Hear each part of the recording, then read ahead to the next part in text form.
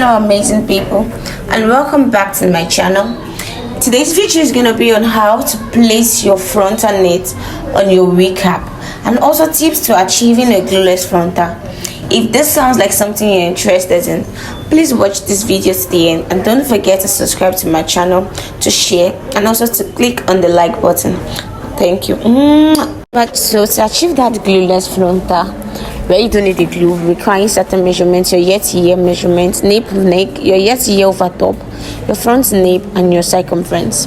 I'll be working with this 13-inch Swiss closure, and this is 13 inches, and not everyone uses 13 inches. The size of everyone's ear-to-ear over top is not 13. For some is 12, and for some is 11.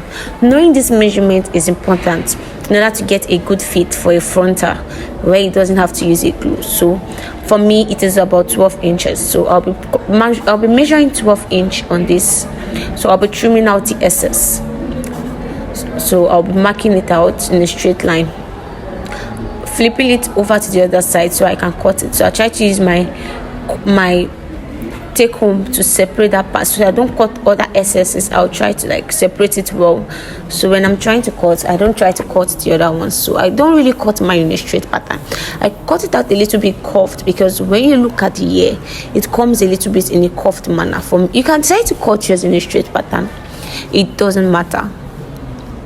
So I will trim out on the other side, and this is what it looks like.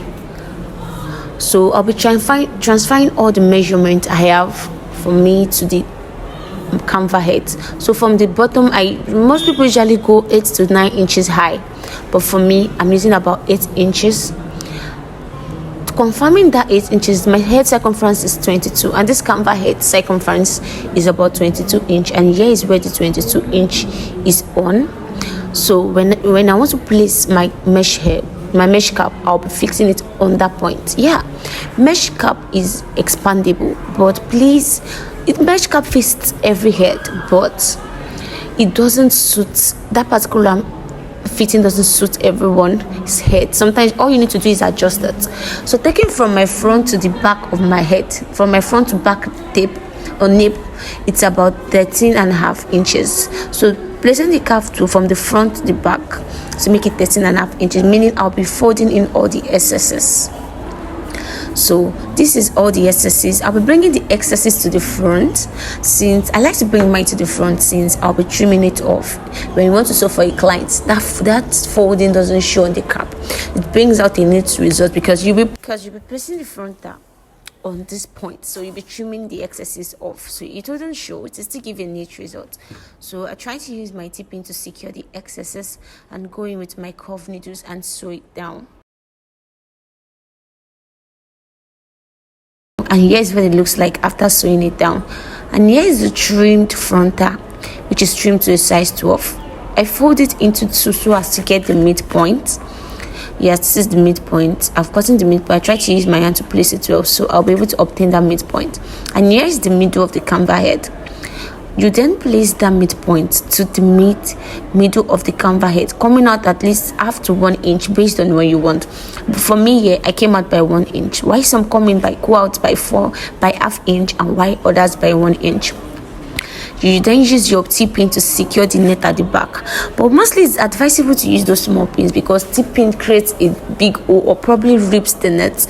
Then after placing it, you fold it into two to confirm if that is the midpoint or they are both equal. Yes, they are both equal. I will go on to securing it. Yes, so I'll try to place it, making sure there is no bumps. I'm trying to place it right. Make sure there are no bumps while you try to secure your tip-in. Make sure it's flat when you try to secure it. Then here it is secured. I'll go ahead and place my tip-ins there. Yes, you can see it's laying so flat. I'll go ahead and do the same thing on the other side. I'll place it I'll make sure I drag it. You can see the way I'm placing it. You can see the tip is meeting the end, then secure it. And here is what it is looking like. it is flat, well laid. Now for you to know if you've placed your frontal well, it's going to give you a M shape. Once you get an M shape, like something like this, yeah, I know you've done the right thing.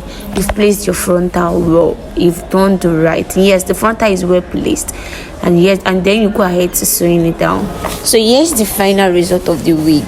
Yeah, I made use of darling Mongolian Kiki, and you can see what it's looking like.